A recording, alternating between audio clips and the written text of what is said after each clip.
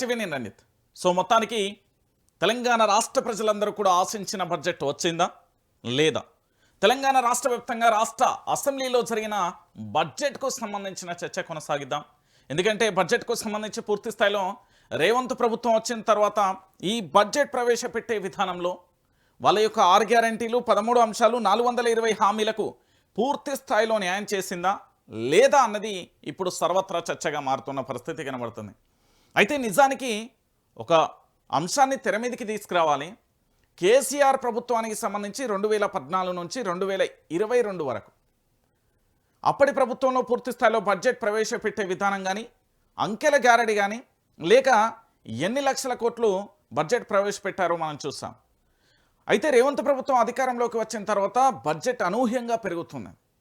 దానికి సంబంధించిన గల కారణాలు ఏంటో కూడా చూసే ముందు ప్రస్తుతానికి దీనికి సంబంధించి పూర్తిగా కూడా చర్చించే ప్రయత్నం అయితే చేద్దాం. ఎందుకంటే తెలంగాణ రాష్ట్ర వ్యాప్తంగా ఉన్న ప్రతి ఒక్కరికి కూడా తెలవాలి.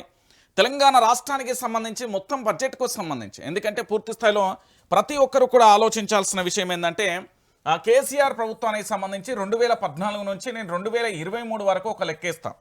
దాదాపుగా 10 సంవత్సరాలు కదా కేసీఆర్ ప్రభుత్వానికి సంబంధించి పరిపాలన చేసింది. అయితే కేసీఆర్ ప్రభుత్వానికి సంబంధించి పూర్తి స్థాయిలో 2,80,000 కోట్లు మాత్రమే ఇక్కడ పూర్తి స్థాయిలో కూడా బడ్జెట్ ప్రవేశపెట్టింది. అంటే 2,80,000 కోట్లకు సంబంధించి ₹1 అనా కూడా పెరగలే.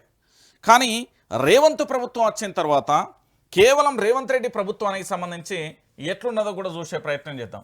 సో ఇది కేసీఆర్ ప్రభుత్వాన్ని ఇప్పుడు మన రేవంత్ రెడ్డి గారికి సంబంధించి పూర్తి స్థాయిలో కూడా చూసే ప్రయత్నం అయితే చేద్దాం. రేవంత్ రెడ్డి అధికారంలోకి వచ్చిన కేవలం 2 సంవత్సరాలే. 2 సంవత్సరాలు 2024, 2026. అంటే ఈ 2 సంవత్సరాలలో రేవంత్ రెడ్డి గారు ప్రవేశపెట్టిన బడ్జెట్ ఎంత? 3,47,000 కోట్లు. 3,47,000 కోట్ల రూపాయలు మన రేవంత్ రెడ్డి ప్రవేశపెట్టాడు. ఒకసారి మీరు చూడండి, ఇక్కడ కేసీఆర్ ప్రభుత్వానికి సంబంధించి కరోనా మహమ్మారిని ఎదుర్కొన్నారు. దాంతోపాటుగా ఉమ్మడి రాష్ట్రం నుండి ప్రత్యేక రాష్ట్రానికి సంబంధించి పూర్తిగా కూడా 2 రాష్ట్రాల విభజన జరిగింది. 2 రాష్ట్రాల విభజన జరిగిన తర్వాత మళ్ళీ ప్రభుత్వం 2014లో ఇక్కడ రాష్ట్రం ఏర్పడిన తర్వాత కేసీఆర్ ప్రభుత్వం అంటే బీఆర్ఎస్ పార్టీ అధికారంలోకి వచ్చిన తర్వాత 2014 నుంచి 2023 వరకు దాదాపుగా 10 సంవత్సరాల పాటు కేసీఆర్ ప్రభుత్వం పరిపాలన కొనసాగించింది. ఈ 10 సంవత్సరాలలో ప్రభుత్వం అనేక రకాలుగా ఇబ్బందులు ఎదుర్కొన్నది. దాంట్లో కరోనా మహమ్మారి అనేది చాలా భయంకరమైన ఆర్థిక వ్యవస్థను దెబ్బతీసింది. అయినప్పటికీ కూడా బడ్జెట్కు సంబంధించిన అంకెల గ్యారెంటీలో ఎక్కడ కూడా బడ్జెట్ను పెంచే ప్రయత్నం జరగాలి. కానీ రేవంత్ రెడ్డి అధికారంలోకి వచ్చిన తర్వాత 2024, 26 3,47,000 కోట్ల రూపాయలు అయింది.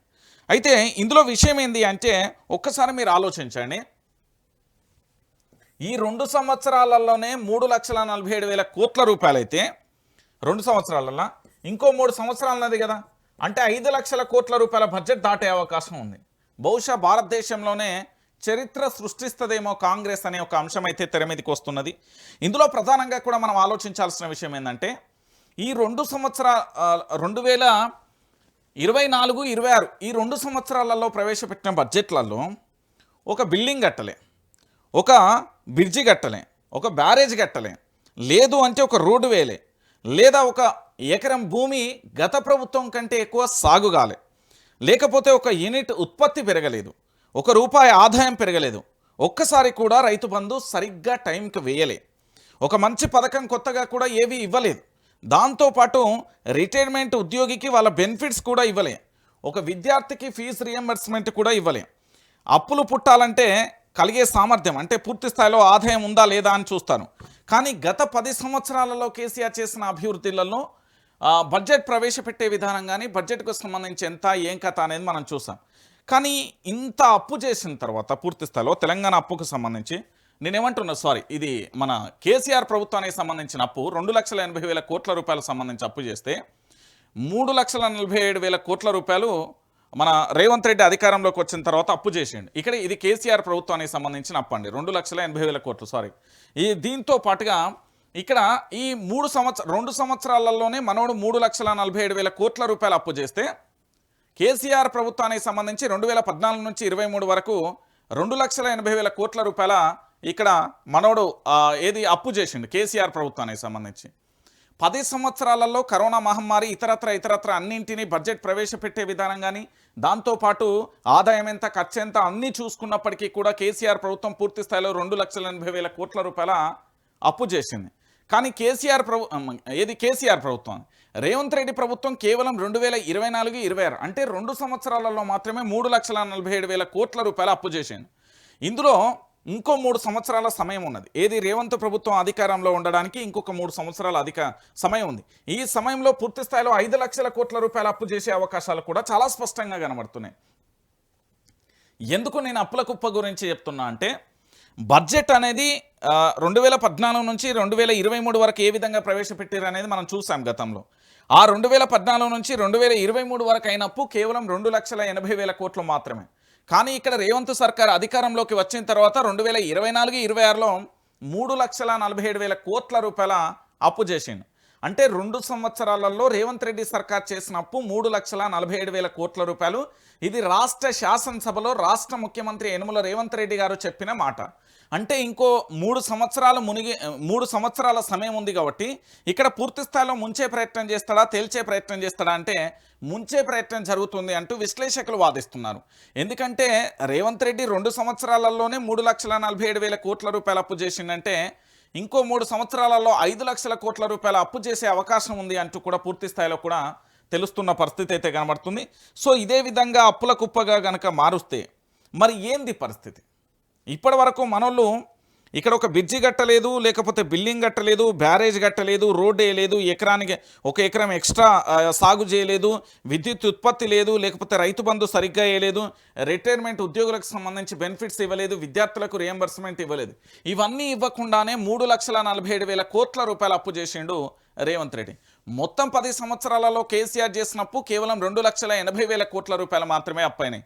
అంటే ఇంకొక 3 సంవత్సరాల సమయం ఉన్నప్పటికీ కూడా 5 లక్షల కోట్ల రూపాయలు అప్పు చేసే ఛాన్స్ ఉంది అంటూ కూడా ఏంది అంటే ఎకనామిక్కి సంబంధించిన ఎక్స్పర్ట్స్ చెప్తున్న అంశం. సో మొత్తానికి ఈ అప్పుల కుప్పు ఇట్లున్నది. సో బడ్జెట్కు సంబంధించి కూడా మనం చూసాం. ఎందుకంటే కేసీఆర్ ప్రభుత్వం 2014 నుంచి 23 వరకు ఎలాంటి బడ్జెట్ ప్రవేశపెట్టింది, వాళ్ళు ఇచ్చిన మేనిఫెస్టోకి ఎట్లా అనుకూలంగా ఉన్నాయనేది మనం చూసాం. దాని తర్వాత రేవంత్ రెడ్డి ప్రభుత్వం అధికారంలోకి వచ్చి 2023 నుంచి 23 వరకు ఇప్పటి వరకు 26 వరకు ఇప్పటి వరకు బడ్జెట్కు సంబంధించి ప్రవేశపెట్టే విధానం కూడా మనం చూస్తున్నాం.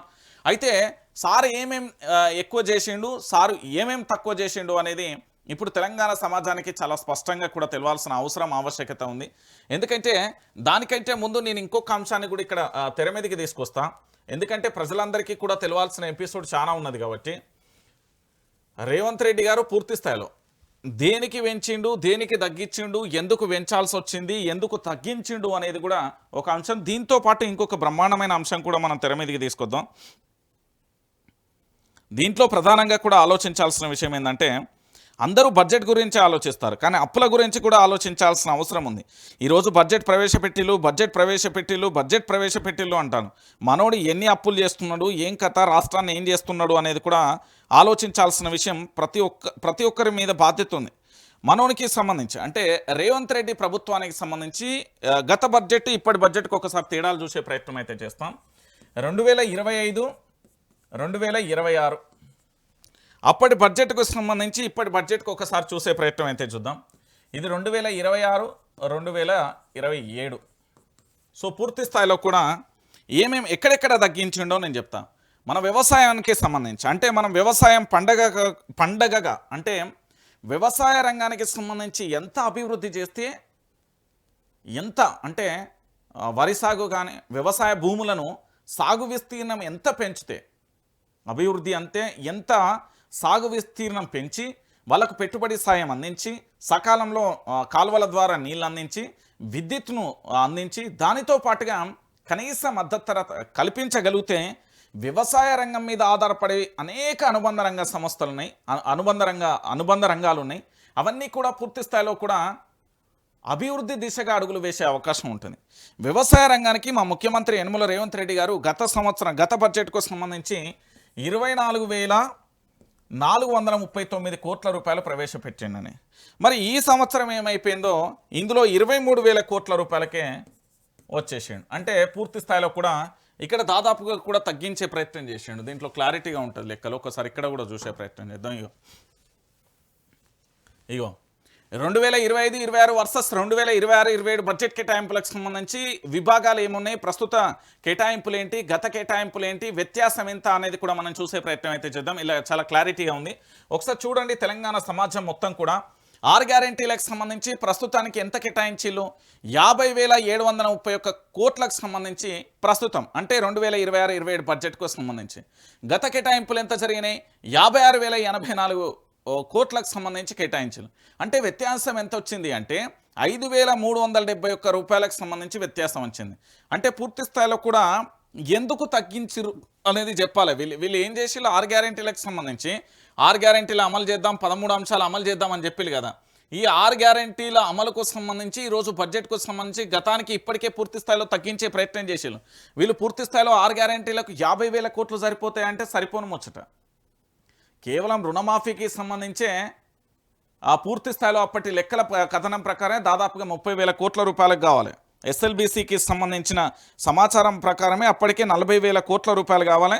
ఈరోజు పూర్తి స్థాయిలో దీనికి సంబంధించి వ్యవసాయ 6 గ్యారెంటీలకు సంబంధించి పూర్తిగా కూడా టోపీ పెట్టే ప్రయత్నం అయితే ఇక్కడ జరిగిన విషయం చాలా స్పష్టంగా కూడా కనబడుతున్న అంశానికి సంబంధించి చూడొచ్చు.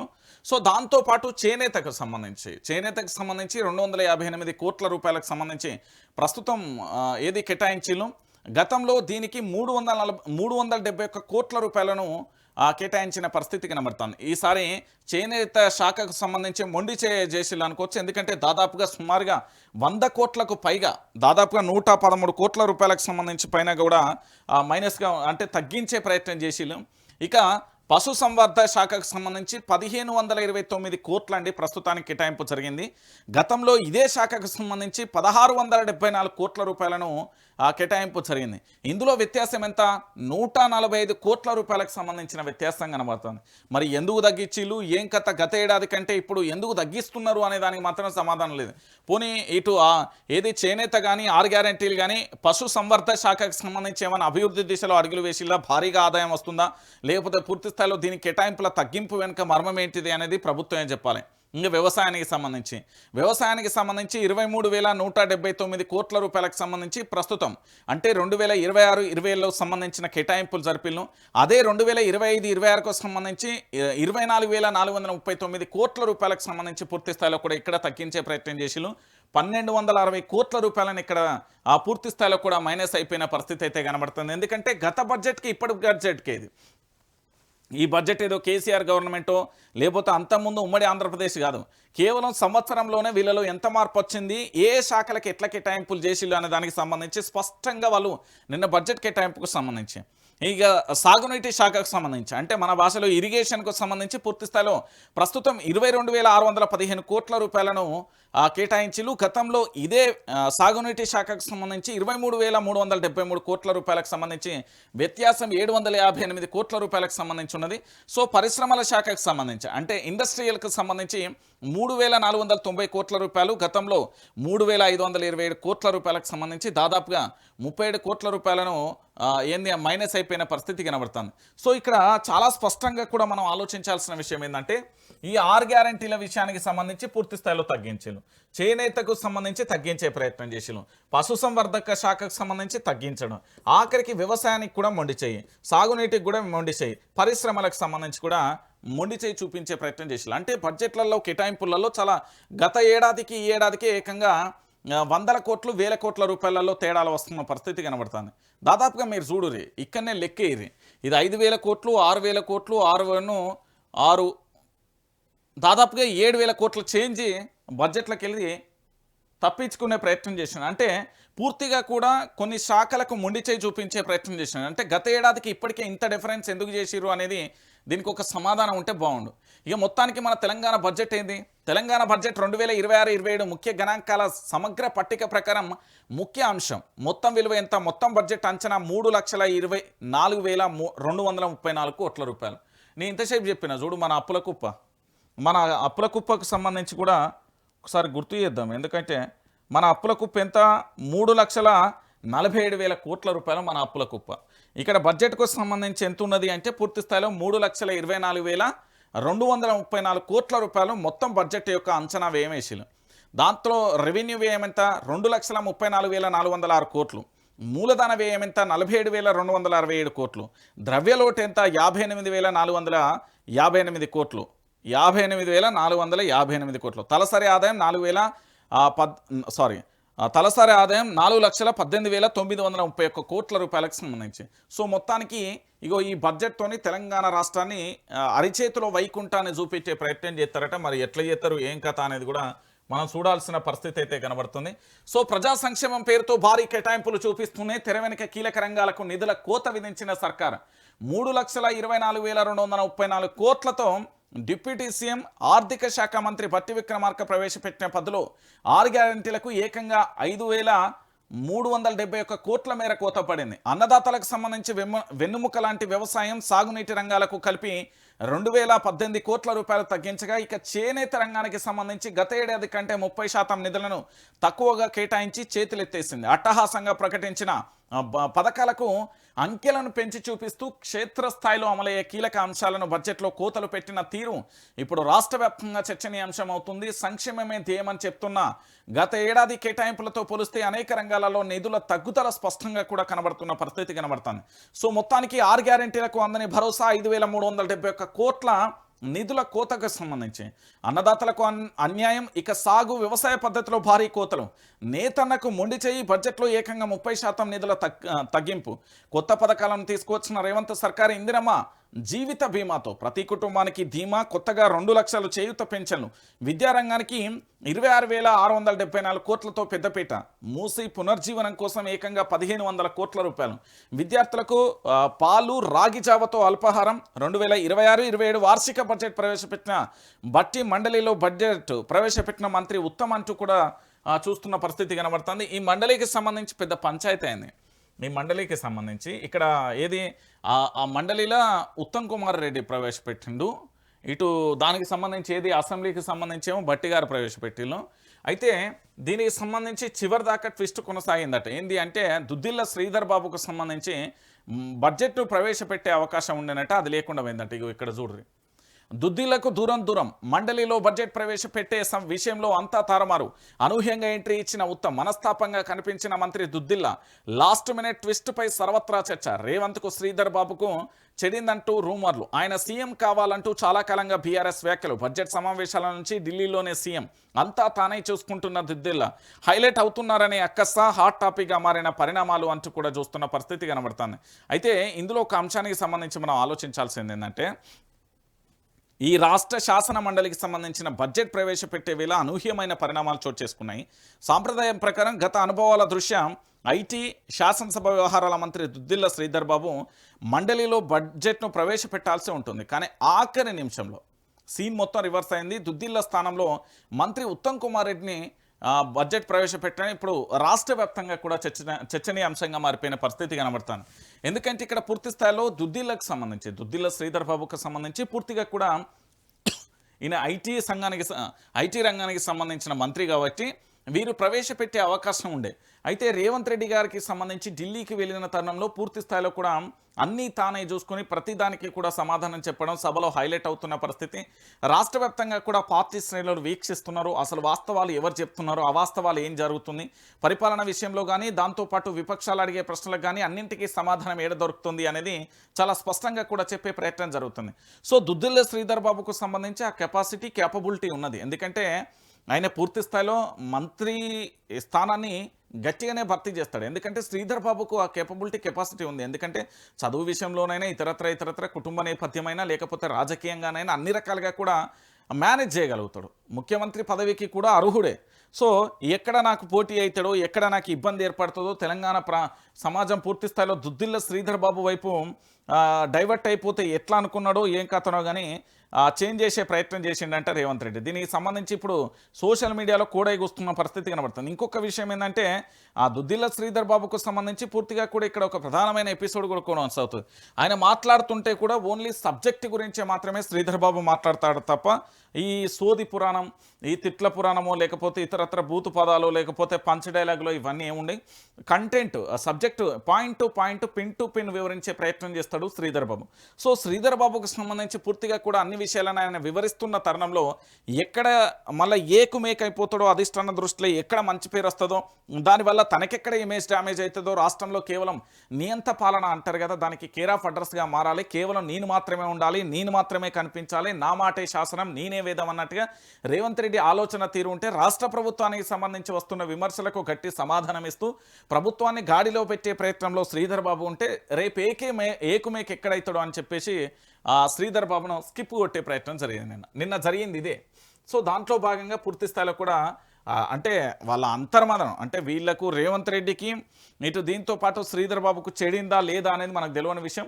ప్రభుత్వం ఏర్పడిన తొలి నాళ్లలోనే విదేశీ పర్యటనకు వెళ్ళిన పరిస్థితులలో కూడా అప్పుడు చాలా అంశాలు కూడా ట్రోల్ అయిన పరిస్థితి కనబడింది. స్టేజ్ మీద రేవంత్ రెడ్డి ఉండడం, ఐటీ శాఖ మంత్రిగా ఉండి ఆ శ్రీధర్ బాబు పక్కన నిల్చోవడం, ఇవన్నీ కూడా గతంలో కూడా ట్రోల్ అయిన విషయాలు అందరికీ తెలిసిన విషయమే. ఇది పెద్దగా చెప్పాల్సిన అవసరం కూడా లేని పరిస్థితి కనబడుతుంది. సో ఇదే బడ్జెట్కు సంబంధించి ఒక్కొక్కరి వాదన ఎట్లున్నది ఏం కథ అనే కంటే ముందు ఒకసారి నమస్తే తెలంగాణ పత్రికను కూడా చూసే ప్రయత్నం చేద్దాం. ఎందుకంటే ఇక్కడ చాలా క్లారిటీ ఉంటుంది. ఎందుకంటే విపక్షం పత్రిక కాబట్టి ఇక్కడ వేటేజ్ ఎక్కువ ఉంటుంది. వీళ్ళు ఎట్లా చెప్పిళ్ళు, దానికి సంబంధించి కౌంటర్ అటాక్ ఎట్లా రాసుకొచ్చిళ్ళు అనేది కూడా మనం చూసే ప్రయత్నం అయితే చేద్దాం. సో మొండి చెయ్యి గుండు సున్నా అంటే పూర్తి స్థాయిలో కూడా ఆశించిన మేర బడ్జెట్ లేదు అనేది నమస్తే తెలంగాణకు సంబంధించి అంటే విపక్షానికి సంబంధించి బలంగా చెప్పింది. బడ్జెట్ 2026-27కు సంబంధించి మొండి చేయి చూపెట్టిలు గుండు సున్నా చూపెడుతున్నారు అనేది ప్రధానమైన శీర్షిక. ఏంది? ప్రజా సంక్షేమానికి పరాభవం, పథకాలకు రేవంత్ సర్కార్ జీరో వాల్యూ ఇచ్చిండు. పథకాలకు సంబంధించి 6 గ్యారంటీల విషయంలో పూర్తి స్థాయిలో కూడా పెద్దగా ఎక్కడా కూడా ఎఫెక్ట్ చూపెట్టలే, వాటిని అమలు చేసే దిశగా కూడా ఆలోచన లేనట్టున్నది అనేది ప్రధానంగా కూడా కనబడుతుంది. కీలక రంగాలు కుదేలవుతున్నాయి. తగ్గిన కేటాయింపులకు సంబంధించి మొత్తానికి 3,24,234 కోట్లతో బడ్జెట్ 2026-27లో ఉంది. ఇక పడిపోయిన రాబడి బడ్జెట్లో తేటతెల్లమైపోయింది. అయితే 2023-24 ఆర్థిక సంవత్సరంలో రాష్ట్రానికి సంబంధించి సొంత పన్నులకు సంబంధించి రాబడి ఏదైతే ఉంటుందో ఆ రాబడికి సంబంధించి 1,11,798 కోట్లు వచ్చినప్పటికీ నెరుటి బడ్జెట్లో పేర్కొన్నట్టుగా ఇగో ఇక్కడ చాలా స్పష్టంగా ఉన్నది చూడరు. అందుకే విపక్షం అల్టిమేట్ ఎప్పుడైనా ప్రజల పక్షం విపక్షం అంతే. ఇగో ఇక్కడ చూడరు చాలా స్పష్టంగా కూడా ఉన్నది. ఇది 2023-24 ఆర్థిక సంవత్సరంలో అప్పుడు ఎంత వచ్చినాయి అంటే పన్నుల రాబడికి సంబంధించి 1,11,798 కోట్ల రూపాయలు నిరుటి బడ్జెట్లో ఆదాయం అంటూ పేర్కొన్నది. మరి 2024-25లో 1,09,233 కోట్ల రూపాయలు వచ్చినట్టుగా తాజా బడ్జెట్లో పేర్కొన్నాయి. ఏడాదిలో అంటే రాష్ట్ర బడ్జెట్ పడిపోయింది అని చెప్తున్నది. అంటే కేవలం అంటే 2% నెగిటివిటీ గ్రోత్, 10 ఏళ్లలో 16% సమ్మిళిత వార్షిక వృద్ధి రేటుతో దేశంలోనే తెలంగాణను టాప్ స్టేజ్లో నిలబెట్టిండు కేసీఆర్. అలాంటి రాష్ట్రాన్ని మైనస్లోకి నెట్టింది కాంగ్రెస్ ప్రభుత్వం. తెలంగాణ ఆర్థిక వ్యవస్థను తొక్కుకు రావడం అంటే ఇదేనా అంటూ కూడా నెటిజన్లకు సంబంధించి కూడా అడుగుతున్న ప్రశ్నలకు కనబడుతుంది. సో మొత్తానికి ఇక్కడ జరిగిన ఎపిసోడ్ను కూడా మీరు చూడుర్రి, 2% పోయింది రాబడికి సంబంధించి. 1,11,798 కోట్ల రూపాయల ఆదాయం 2023-24 సంవత్సరం ఉంటే ఇదే 2024-25 ఖచ్చితాలకు 1,09,233 కోట్లకు పడిపోయినాయి. అంటే దాదాపుగా 2% బడ్జెట్కు సంబంధించి పడిపోయిన పరిస్థితి అయితే కనబడుతుంది. సో బడ్జెట్లో రాబడికి సంబంధించి అంటే పన్నుల రాబడికి సంబంధించి నేను చెప్తున్నా. సో పన్నుల రాబడికి సంబంధించి గతంలో ఇదే బడ్జెట్లో వీళ్ళు పేర్కొన్న అంశానికి సంబంధించి అయితే దీంతో పాటుగా అసలు ఈ పథకాలకు సంబంధించి ఏం జరిగిందో ఒకసారి చూద్దాం.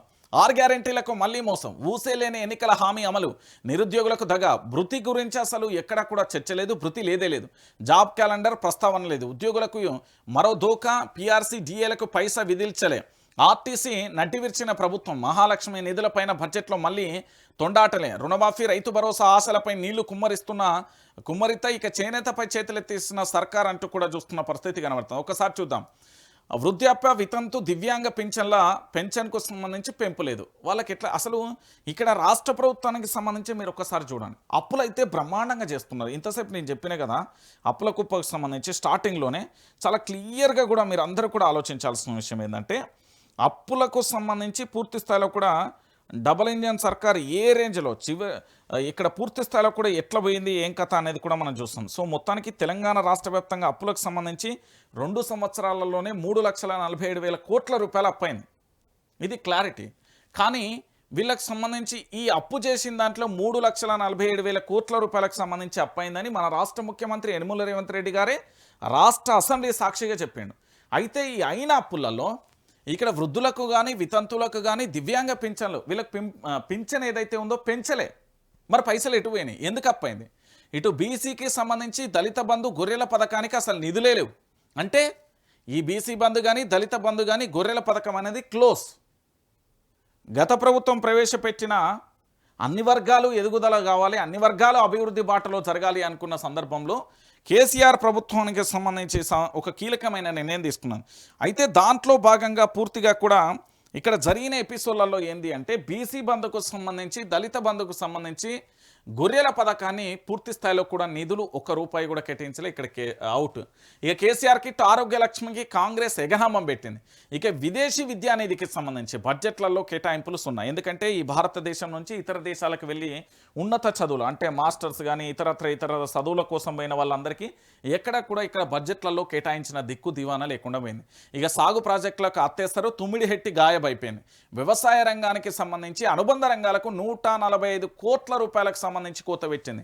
ఇక రైతు కానీ చేనేత బీమా పేరు మార్చి ఇందిరమ్మ బీమా పెట్టే ప్రయత్నం చేసింది. వీళ్ళు ఎన్ని పేరు మార్చినా కూడా అల్టిమేట్గా అది కేసీఆర్ అకౌంట్లోకి పోతుంది. చదువుకు 60 బడ్జెట్లో విద్యకు 8.22%. ఇక ఎస్సీ ఎస్టీ సంక్షేమం కేటాయింపులు 70% కట్ అయిపోయినాయి. ఇక ఆలోచించురేనా దళిత బిడ్డలు, లంబాడి సోదరులు, నా గిరిజన బిడ్డలు ఆలోచించాల్సిన విషయం ఏంటంటే కాంగ్రెస్ ప్రభుత్వం వచ్చింది, ఇందిరమ్మ రాజ్యం తెచ్చిందా, రాజీవ్ రాజ్యం తెచ్చిందా, లేకపోతే సోనియమ్మ రాజ్యం తెచ్చిందా, రేవంత్ రాజ్యం తెచ్చిందా ఆలోచించుకోరు. ఎందుకంటే దాదాపుగా ఇక్కడ బడ్జెట్కు సంబంధించి ఎస్సీ ఎస్టీ సంక్షేమ కేటాయింపులే దాదాపుగా 70% కట్ అయిపోయినాయి. అంటే మీరే ఆలోచించుకొని రుణ ఊబిలో రాష్ట్రం ఈసారి 80,000 కోట్ల రూపాయలకు సంబంధించి అప్పు చేసే ప్రయత్నం జరుగుతుంది. 80,000 కోట్ల రూపాయలకు సంబంధించి అప్పు జరుగుతుందో ఒకసారి ఏ పథకాలను ప్రభుత్వం నమస్తే పెట్టిందో ఒకసారి చూసే ప్రయత్నం అయితే చేద్దాం. ఎందుకంటే పథకాలకు సంబంధించి కూడా పూర్తిగా స్పష్టంగా చూద్దాం. ఉన్న పథకాలకు కొత్త ముసుగు, కేసీఆర్ పథకాలకు మసిబూసి కొత్త పథకాలు అన్నట్లుగా చూపించడం, ఆల్రెడీ అమలవుతున్న పథకాలకు పేర్లు మార్చడం, రైతు బీమాకు సంబంధించి అంటే రైతు వ్యవసాయం చేస్తూ ఏదైనా దురదృష్టవశాత్తు చనిపోతే ఆయనకు ఇన్సూరెన్స్ చేసి రైతు బీమా అందిస్తుంది కేసీఆర్ ప్రభుత్వం, అది అందరికీ తెలిసిన విషయమే. దాంతోపాటు చేనేత పథకాలు, చేనేతకు సంబంధించిన కార్మికులకు కూడా బీమా ఉండాలనే ఒక మంచి ఉద్దేశంతో ఆ కేసీఆర్ ఒక ఆలోచనతో తీసుకొచ్చి ఈ 2 రంగాలకు సంబంధించి అంటే వ్యవసాయ రంగం కానీ చేనేత రంగానికి సంబంధించి ఈ పథకాలను అమలు చేయాలనే ఒక మంచి సదుద్దేశంతో కేసీఆర్ పెట్టిండు. పేరు మార్చి పూర్తి స్థాయిలో కూడా ఇక్కడ వీళ్ళు ఏం చేసింది, కాంగ్రెస్ ప్రభుత్వం అధికారంలోకి వచ్చిన తర్వాత ఈ రైతు బీమా చేనేత బీమా పథకాలను పేరు మార్చి ఇందిరమ్మ బీమా కింద చూపిస్తారట. ఇంకా నయ్యం రేవంత్ రెడ్డి బీమా, కాంగ్రెస్ బీమా, లేకపోతే మీ మంత్రుల పేరు పెట్టుకోరు, మీ తాతల ముత్తాతల పేర్లు. ఆల్రెడీ పథకం అమలవుతున్నది, దానికి రైతు బీమా అని స్పష్టంగా పెట్టిళ్ళు, చేనేతకు సంబంధించి చేనేత బీమా అని పెట్టిళ్ళు. కేసీఆర్ హయాంలో ప్రారంభమైన ఓవర్సీస్ పథకం టామ్కామ్ పేరు మార్చి ఇప్పుడు బ్రేక్ఫాస్ట్ పథకానికి సంబంధించి మధ్యలో ఆపేసిన కాంగ్రెస్ ప్రభుత్వం మళ్ళీ తామేదో కొత్తగా ప్రారంభిస్తున్నట్టుగా బిల్డప్. ఆఖరికి కేసీఆర్ తెచ్చిన 1000 ఎలక్ట్రిక్ బస్సులను తన ఖాతాలో వేసుకుంది ప్రభుత్వానికి సంబంధించి. ఎంత మోసం అండి, ఎంత దగా ఇది. కేసీఆర్ ప్రభుత్వానికి సంబంధించి అభివృద్ధి బాటలో అడుగులు వేయడానికి అటు రైతులకు సంబంధించి వాళ్ళ కుటుంబాలు రైతు ఇంటి యజమాని కరెంట్ షాక్తోనో పాముగుట్టో తేలుగుట్టో లేదా ప్రమాదవశాత్తు చనిపోతే ఆ ఇంటి చీకటి కాకూడదు, ఎంతో కొంత ప్రభుత్వానికి సంబంధించి మన బిడ్డలు అనే ఒక మానవత్వమైన కోణంలో మనల్ని మనం రక్షించుకోవాలి, రైతులకు వెన్నుముక్కలా ప్రభుత్వాలు నిలబడాలనే ఒక మంచి ఉద్దేశంతో రైతు బీమా తీసుకొచ్చి దాంతోపాటు చేనేత కార్మికులకు సంబంధించి వాళ్ళు నేసే బట్టలకు సంబంధించి వాళ్ళ జీవితం మొత్తం అక్కడే నాలుగు గోడల మధ్యలో ముగుస్తుంది. వాళ్ళకి ఏమైనా వస్తే ఆ కుటుంబం కూడా చీకట్లలో అక్కడ పూర్తిగా కూడా మగ్గిపోకుండా ఉండేందుకు వాళ్ళకు కూడా తీసుకొచ్చింది. ఈ 2 పథకాల పేర్లను ఏం చేసిండంటే ఇందిరమ్మ బీమా పెట్టిండు. ఇది స్పష్టంగా తెలంగాణ సమాజాన్ని తెలవాలి. ఇంకొక విషయం ఏంటంటే ఈ ఓవర్సీస్ పథకానికి సంబంధించి అంటే బ్రేక్ఫాస్ట్ పథకాన్ని మధ్యలో ఇప్పటివరకు ఆపేసింది, మళ్ళీ అదేదో కొత్తగా ప్రారంభించే ప్రయత్నం చేస్తారు. ఆఖరికి మళ్ళీ రిబ్బన్ కటింగ్ చేసినా పెద్ద ఆశ్చర్యం లేదు. ఇంకోటి ఏంటంటే ఎలక్ట్రిక్ బస్సులు ఉన్నాయి కదా, దాదాపుగా కేసీఆర్ ఏం చేసిండంటే ఆర్టీసీని ప్రభుత్వంలో విలీనం చేస్తూ ఎలక్ట్రిక్ బస్సులకు అవసరమైన సామర్థ్యం మేరకు ఎలక్ట్రిక్ బస్సులను తీసుకొచ్చి ఆ ఎలక్ట్రిక్ బస్సులకు సంబంధించి పూర్తిగా కూడా ఆ ఎలక్ట్రిక్ బస్సులు ఏవైతే ఉన్నాయో వాటన్నింటిని కూడా ప్రభుత్వ ఆధీనంలో ఆర్టీసీ ఆధీనంలో నడిపే ప్రయత్నం చేస్తే లేదు మేమే తీసుకొచ్చినాం అనేది ఇగో ప్రజల్ని ఎట్లా మోసం చేస్తుంది అని చూడరు. ఇక రెండోది 6 గ్యారెంటీలకు సర్కార మంగళం. ఎన్నికలకు ముందు ఉదరగొట్టిన 6 గ్యారెంటీలను అధికారంలోకి రాగానే పాతర పెట్టింది కాంగ్రెస్ ప్రభుత్వం. తల పాలనలో కానీ తానిచ్చిన హామీలకే దిక్కు దివానా లేని తాజా బడ్జెట్లో మరోసారి చాటుకున్నది. జాబ్ క్యాలెండర్ ఊసే లేకుండా చేసి నిరుద్యోగులకు మరోసారి దోకా ఇచ్చింది. పింఛన్ల పెంపు లేదు, రైతు భరోసా పెంచింది లేదు, కౌలు రైతులను పట్టించుకున్నది లేదు, మహిళలకు 2500 లేనే లేదు, పెళ్లికి తులం బంగారం అసలే లేదు. ఇది చూడు, ఇది చాలా ఇంపార్టెంట్. ఎందుకంటే మన రాష్ట్రానికి సంబంధించిన ప్రజలందరికీ కూడా తెలియాల్సిన విషయం ఏంటంటే, నిరుద్యోగులు ఈ తెలంగాణలో దాదాపుగా టీజీపీఎస్సీ ద్వారా, అంటే అక్కడ పూర్తి స్థాయిలో నిరుద్యోగులు మేమంటూ కూడా రాష్ట్ర ప్రభుత్వం పెట్టిన ఒక యాప్ ద్వారా, ఒక వెబ్సైట్ ద్వారా అందరూ కూడా రిజిస్ట్రేషన్ చేసుకుంటే దాదాపుగా 30 నుంచి 40 లక్షల మంది రిజిస్ట్రేషన్ చేసుకున్నారు. అంటే ఇక్కడ 2022, 23 నుంచి ఇప్పుడు 2025, 26 వరకు కనుక లెక్కలేస్తే వాళ్ళు డబల్ అయ్యే అవకాశం ఉంటుంది. అంటే తెలంగాణ రాష్ట్ర వ్యాప్తంగా 80 లక్షల మంది నిరుద్యోగులు ఉంటారు. ఈ 80 లక్షల మంది నిరుద్యోగులకు సంబంధించి పూర్తిగా ఉద్యోగ అవకాశాలకు సంబంధించి, అంటే ప్రభుత్వానికి ప్రజలకు మధ్య వారధిగా పనిచేసేందుకు ప్రభుత్వ శాఖలలో ఉన్న ఖాళీలను భర్తీ చేసి ఆ ఖాళీలకు సంబంధించి ఉద్యోగం చేయడానికి తహతహలాడుతున్న నిరుద్యోగులకు సంబంధించి వాళ్ళ జాబ్ క్యాలెండర్కు సంబంధించిన ఊసే లేదు. మళ్ళీ ఇంకొక అంశం ఏంటంటే, ఇదే నిరుద్యోగులకు సంబంధించి నిరుద్యోగ భృతి ఇస్తామని చెప్పింది. ఆ నిరుద్యోగ భృతికి తలా లేదు, తోక లేదు అనే పరిస్థితి అయిపోయింది. నిరుద్యోగ భృతి ఊసే లేదు. ఇక ఇంకో దారుణమైన విషయం ఏంటంటే, రైతు భరోసా ఇప్పుడు తీసుకుంటే 4000, అధికారంలోకి వస్తే 6000 అంటూ ఇట్లా ఊదరగొట్టే ఉదాహరణకు చెప్తున్నాయి. ఇట్లా చెప్పారు కదా, ఇప్పుడు తీసుకుంటే 10,000, కాంగ్రెస్ వస్తే 20,000 అన్నట్టు ఎట్లయితే చెప్పినాం, ఎన్నికల ముందు ఇచ్చిన హామీలన్నీ కూడా తుంగలో దొక్కడం కాదు, అసలు వాటిని మర్చిపోయి మేము చెప్పలేం, మాకు సంబంధం లేదన్నట్టుగా ఏంది అంటే బిహేవ్ చేసే పరిస్థితి కనబడి. ఎందుకంటే ఈ రైతు భరోసాను పెంచలే. ఇక కౌలు రైతులకు సంబంధించి కూడా మేము 12,500, 15,000 ఇస్తామని చెప్పిల్లు కదా, దానికి చర్చే లేని పరిస్థితి కనబడుతుంది. ఇక ఇది ఇట్లుంటే ఇంకొక అంశం ఏంటంటే, ఇక్కడ మహిళలకు సంబంధించి 2,500 రూపాయలు ఇస్తా అని చెప్పిల్లా, ప్రతి మహిళకు 2,500 రూపాయలు ఇస్తా అని చెప్పిండు. ఏడబోయిందండి 2,500 రూపాయలకు సంబంధించి? ఒకసారి మీరు అందరూ కూడా అడగాలి, తెలంగాణ సమాజం మొత్తం కూడా అడగాల్సిన విషయం ఏంటంటే, మహిళలకు నిన్నటి బడ్జెట్లో 2,500 రూపాయలు ఇస్తామన్నట్టు బడ్జెట్లో ఎక్కడ కేటాయింపులు జరిగింది. ఇక అది పోయింది. దాంతోపాటుగా ఇక ఏంది అంటే, కేసీఆర్ ప్రభుత్వానికి సంబంధించి తాను చేసిన పాదయాత్రనో, సైకిల్లో, బస్సు యాత్రనో కొన్ని చోట్ల పేదరికంలో మగ్గిపోతున్న కుటుంబాలు వాళ్ళ యొక్క కుమార్తెల వివాహం చేయడానికి చాలా ఇబ్బందికరమైన పరిస్థితులలో ఉన్నప్పుడు, లేదు ప్రభుత్వం తరపున ఆ బిడ్డలను మనం సాయం అందించాలి, తెలంగాణ ఆడబిడ్డలుగా వాళ్ళకు ప్రభుత్వం నుంచి ఎంతో కొంత సాయం అందించాలని పెళ్లి చేసుకున్న వారికి 1,00,000 రూపాయలు ఇచ్చేది. అంటే 1,116 రూపాయలు చిల్లరేమో వచ్చేది. అయితే వీళ్ళు ఏం చెప్పిల్లంటే, మేము అధికారంలోకి వచ్చిన తర్వాత తులం బంగారం ఇస్తా అని చెప్పారు. తులం బంగారం ఇప్పుడు ఎంత ఉన్నది మార్కెట్లో? 1,50,000, 70,000 దాకా ఉన్నది. అంటే ఇదో లక్ష, అదో లక్ష, అంతా 2,50,000 రూపాయల వరకు బాకీ ఉన్న పరిస్థితి కనబడుతుంది. మరి తులం పెళ్లికి సంబంధించిన తులం బంగారం అసలే ఈ బడ్జెట్లో అసలు అది ఎక్కడైనా కనబడ్డదా? పోనీ వినబడ్డదా? దీనికి గింత కేటాయిస్తున్నామని చెప్పిల్లు కదా, దాంట్లో ఇది ఉన్నదా? ఇది అయిపోయింది. ఇక దాంతోపాటుగా కేసీఆర్ పథకాలకు నిధుల కొరత చేసిలు. కొత్త పథకాలు ఇవ్వకపోగా ఉన్న కేసీఆర్ పథకాలను కోత పెట్టింది రేవంత్ సర్కార్. బడ్జెట్లో వాటికి నిధులు ఇవ్వలేదు. రైతు బీమాకు సంబంధించి, చేనేత బీమాకు సంబంధించి ప్రస్తావన లేదు. ఎస్సీ ఎస్టీ సంక్షేమానికి సంబంధించిన 70% నిధులను తగ్గించి ఆ రైతు పథకాలకు నిధులు ఇవ్వలేదు. విద్యాశాఖ ముఖ్యమంత్రి దగ్గరే ఉన్న విద్యారంగానికి బడ్జెట్లో భారీగా కోత పెట్టింది. సాగునీటి రంగాన్ని అదే పరిస్థితి, గొర్రెల పంపకం పథకాన్ని కూడా అదే పరిస్థితి కనబడుతున్న అంశాన్ని కనబడతాం. ఇది చాలా బాధాకరమైన విషయం ఉంది. ఎవరు ఏమనుకున్నా మంచిదే, కానీ ఎస్సీ ఎస్టీకి సంబంధించిన సంక్షేమానికి ఈ తెలంగాణలో ఉన్న నా ఎస్సీ సోదరులు కానీ, నా ఎస్సీ బిడ్డలు కానీ, ఎస్టీ బిడ్డలు, ఎస్సీ బిడ్డలు ఆలోచించాల్సింది ఏంటంటే, 70% నిధులను తగ్గించిందండి. ఎంత దుర్మార్గంగా వ్యవహరించిందంటే 70% నిధులను పూర్తి స్థాయిలో తగ్గించింది. ఇక దాంతోపాటు విద్యాశాఖ రాష్ట్ర ముఖ్యమంత్రి దగ్గరనే ఉన్నది.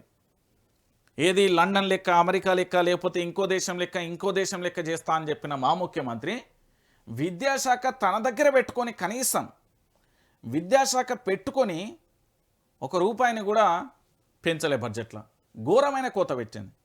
సాగునీటి అదే పరిస్థితి. ఇక నా యాదవ సోదరులకు సంబంధించి యూనిట్లుగా విభజించి యూనిట్ 1, 2, 3 అని పెట్టేసి గొర్రెలను సబ్సిడీ ద్వారా అందించే ప్రయత్నం చేసారు. దాని ఊసే లేదు. అసలు గొర్రెల పథకానికి సంబంధించి ఊసే లేదు, చేపలకు సంబంధించిన ఊసే లేదు. అంటే గత ప్రభుత్వానికి సంబంధించిన పథకాలకు కూడా జాడ ఏంది అంటే అసలు జాడ ఎక్కడ కూడా కనబడలేదు. ఇక కాంగ్రెస్ స్కీములకు గండి కొట్టిన ప్రభుత్వం కేసీఆర్ పథకాలపై కడుపు మంటతో తామిచ్చిన హామీలను అమలు చేయలేని అశక్తతో వేరు, కానీ నిరుడు తాము ప్రారంభించిన పథకాల నిధులు ఇవ్వలేక నిలిపివేయడం మరోసారి నవ్వుల పాలయ్యే విషయం. రాజీవ్ యువ వికాసానికి నిరుడు ప్రారంభించింది, దరఖాస్తులు కూడా తీసుకున్న ప్రభుత్వం ఇంతవరకు గ్రౌండింగ్ కాలేదు. ఈసారి బడ్జెట్లో పాత నిధులకు కోత పెట్టారు. ఆ పథకాన్ని అమలు జరిపే ఉద్దేశం తమకు లేదని చెప్పకనే చెప్పింది కాంగ్రెస్ ప్రభుత్వం. ఇంతటితో కాదు, రాజీవ్ యువ వికాసమే కాదు, వీళ్ళు ఇచ్చిన 6 గ్యారంటీలు 13 అంశాలు 420 హామీలు ఉన్నాయి కదా, అలా 80% కొట్టుడు పోతాయి. మీరు చూడరు, గిట్లనే బడ్జెట్ ప్రవేశపెడతారు, గిట్లనే చేస్తారు, గిట్లనే సాగుతుంది. కానీ పూర్తి స్థాయిలో వీళ్ళంతగా ముందుకు సాగే ప్రయత్నం అయితే ఇక్కడ కనబడదు. నేను చెప్తున్నా కదా, ఇక ఇది అయిపోయింది. దాంతోపాటుగా సబ్బండ వర్గాలకు సంబంధించి పూర్తి స్థాయిలో అది చేస్తాం ఇది చేస్తాం అన్నది కదా. సో 6 గ్యారెంటీలకు సంబంధించి గోడ దూకే ప్రయత్నం చేసిళ్ళు, ఎక్కడ కూడా వాటి అమలుకు వీళ్ళు సంసిద్ధంగా ఉన్న పరిస్థితి అయితే కనిపించలేదు. బడ్జెట్ విషయంలో అయితే కనబడలే.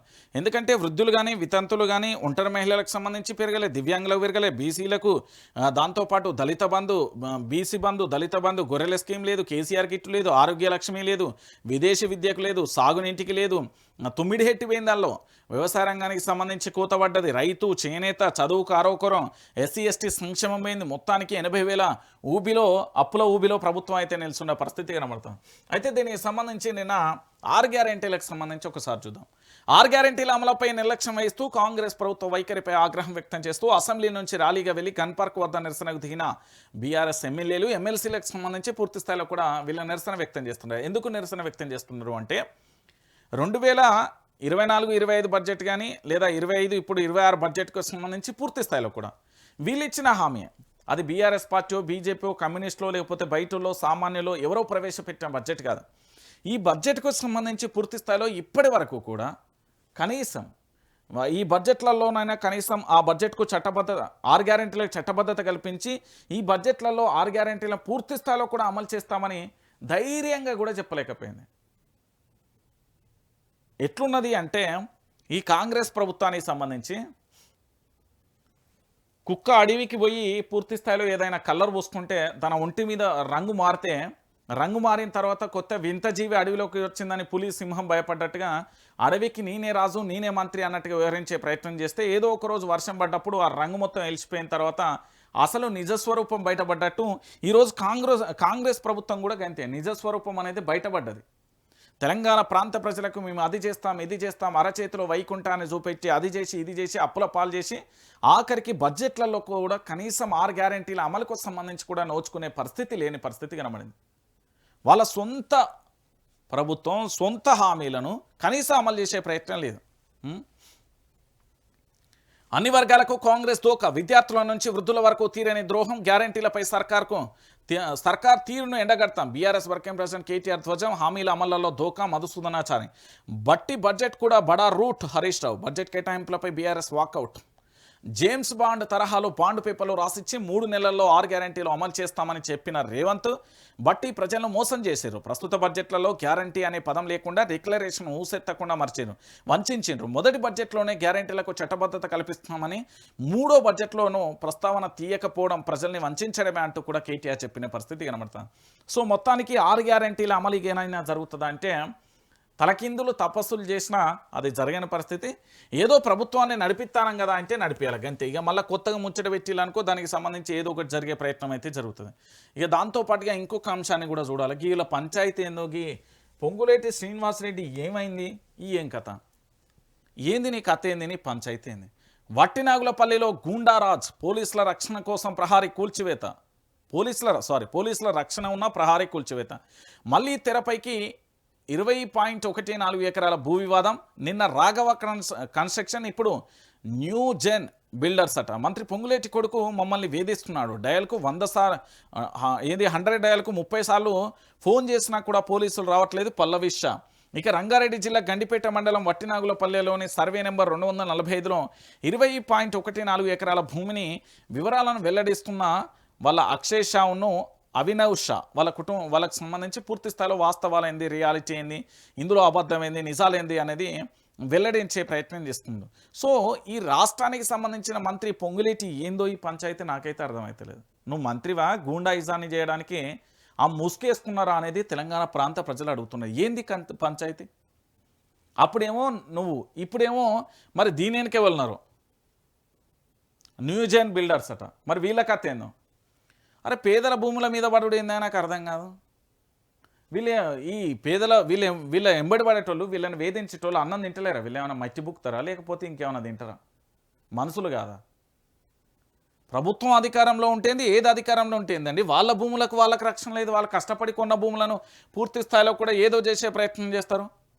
ఇదెక్కడి అన్యాయం? భూముల రేట్లు పెరిగినంత మాత్రాన మనుషులు దుర్మార్గుల రాక్షసులుగా తయారవుతారా? అరే ఇది ఈరోజు ఎపిసోడ్ కదండి, ఈ ప్రభుత్వం వచ్చినప్పటి నుండి చదువుతున్న వార్తలు నాకే చిరాకులేస్తాను. ఆ భూ యజమానికి ఏ రేంజ్లో చిరాకు లేవాలి? పెద్ద ఏమైనా వీళ్ళు ఏమైనా తీసుమార్కాలని అనుకుంటారా లేకపోతే వేరే గ్రహాల మీకు ఏమైనా దిగి వచ్చిల్లా? వీళ్ళను తొక్కుకుంటూ వచ్చినా రేవంత్ రెడ్డి చెప్తావు కదా, మీరు గీళ్ళని తొడకలు దిగి మరి ఏది చెట్టుకు గట్టేసి తొండలు జొర్ర కొడతా పేగులు మెడలు వేసుకుంటా అంటే ఇగో గీళ్ళకి న్యాయం చేయి. వాడెవడో వీళ్ళు ఎంబడి పడేటోళ్ళు వాళ్ళ పేగులు బయట ఇది వాళ్ళ లాగుళ్ళల్లో తొండలు జొర్రగొట్టు. నువ్వు దొక్కుకుంటూ వచ్చినావు కదా, వీళ్ళని దొక్కు ఎవడో వీడు. అరే ఊకే ఈ భూములు ఎంబడి పడుడైంది. వచ్చినాగులపల్లె సర్వే నెంబర్ 245లా 20 ఎకరాల 14 గుంటలేమో ఉన్నది. వీళ్ళ ఎంబడి ఎట్లా అంటే రాక్షసులు లెక్క పడుతున్నారు. మనుషులు కాదా ఏందో కూడా నాకు అర్థం కానీ. అరే భూమి రేట్లు పెరిగినంత వరకు మొన్ననేమో రాఘవ కన్స్ట్రక్షన్కు సంబంధించట, ఇప్పుడేమో న్యూజెన్ బిల్డర్స్ అట. మరి ఏందో ఈ పంచాయతీ ఇప్పటివరకైనా రాష్ట్ర ప్రభుత్వం ఏమైనా స్పందించరా? ఏం చెప్తారు రాష్ట్రానికి సంబంధించిన డీజీపీ గారు? మీకు 100 సార్లు చేసా, 100 ఏది 100కు మీ భాషలో 100కు 30 సార్లు డయల్ చేసిల్లట. దీని మీద ఏందో చూడురి. వాళ్ళ దగ్గర ప్రహారీ గోడ ఉన్నాయి, కాగితాలు ఉన్నాయి, కోర్టుకు సంబంధించిన అన్ని ఆర్డర్స్ ఉన్నాయి.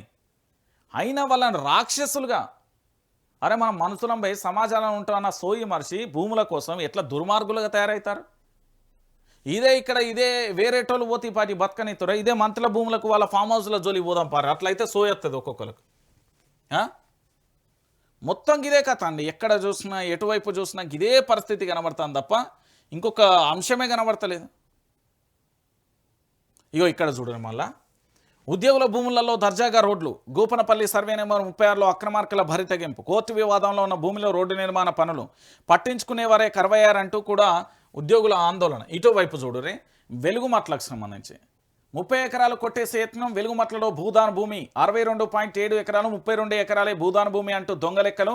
మిగతా భూమిని ఎవరికి దోచిపెట్టారని కుట్ర. కూల్చిన చోటే ఇండ్లు కట్టుకుంటే రాష్ట్ర వ్యాప్తంగా కూడా పోరు. కూల్చిన చోటే ఇండ్లు కట్టకుంటే రాష్ట్ర వ్యాప్తంగా పోరు. తెలంగాణ సమైక్య ప్రెస్ కాన్ఫరెన్స్లో వక్తలు అంటూ కూడా చూస్తున్న పరిస్థితి ఏంది? ఈ వెలుగుమట్ల భూమికి పంచాయతీ, వట్టినాగులపల్లిలో భూమి పంచాయతీ, దాంతోపాటు ఇప్పుడు గోపనపల్లిలో భూమి పంచాయతీ. ఇక దోసుకోర్రి, ఇంకేమైనా మిగిలిందా? మిగిలిన కాడ ఏమన్నా దోసుకోర్రి. మొత్తం ఇదే పని. కాంగ్రెస్ ప్రభుత్వం అధికారంలోకి వచ్చిన సంది ఆగమాగం అడివడివి చేస్తున్న పరిస్థితి కనబడతాను. సో నేనేమంటున్నా అంటే పూర్తి స్థాయిలో తెలంగాణ సమాజం కూడా ఆలోచించాలి బడ్జెట్ విషయంలో. సో మొత్తానికి బడ్జెట్ అయితే ప్రవేశపెట్టిల్లండి. 3,24,234 కోట్లతోని తెలంగాణ బడ్జెట్ ఉన్నది. అప్పులు కూడా చెప్పిన, గదే అప్పులకు సంబంధించి కూడా ఏ రేంజ్లు ఉన్నాయి ఏం కథ అనేది కూడా చెప్పిన. 3,47,000 కోట్ల రూపాయల అప్పు ఉన్నది. బడ్జెట్ 3,24,234 కోట్ల బడ్జెట్ ఉన్నది. దీనికి సంబంధించి ఎట్లెట్లున్నాయి ఏం కథ అనేది మనం చూసే ప్రయత్నం అయితే చేశాం. సో మొత్తానికి బడ్జెట్కు సంబంధించి ఆశించినంత మాత్రం లేని పరిస్థితి అయితే కనబడుతుంది. ప్రజలు ఆశించినంత మేర వాళ్ళ 6 గ్యారెంటీలు 13 అంశాలు 420 హామీలకు అమలు చేయకపోగా గత ప్రభుత్వానికి సంబంధించి కూడా పూర్తి స్థాయిలో కూడా ఆ గత ప్రభుత్వం ఏదైతే అప్పటి పథకాలను అమలు చేసిండో ఆ పథకాలకు కూడా మొండి చేయి చూపెట్టడం, ఇప్పటి వాటికి వీళ్ళు మేనిఫెస్టోలో పెట్టిన అంశాలకు కూడా మొండి చేయి చూపెట్టడం అనేది చాలా బాధాకరమైన విషయం. సో ఏది ఏమైనప్పటికీ కూడా రాష్ట్రానికి సంబంధించిన ప్రతి ఒక్కరు కూడా ఈ బడ్జెట్ని అయితే క్లియర్ కట్గా చదువుకోరి. మీ దగ్గర ఉన్న ఆ పీడిఎఫ్తోని పూర్తి స్థాయిలో వీడియోలు చేయాలి. రాష్ట్ర వ్యాప్తంగా బడ్జెట్ మీద నిరసన వ్యక్తం చేయాల్సిన అవసరం ఆవశ్యకత ఎంతైనా ఉంది.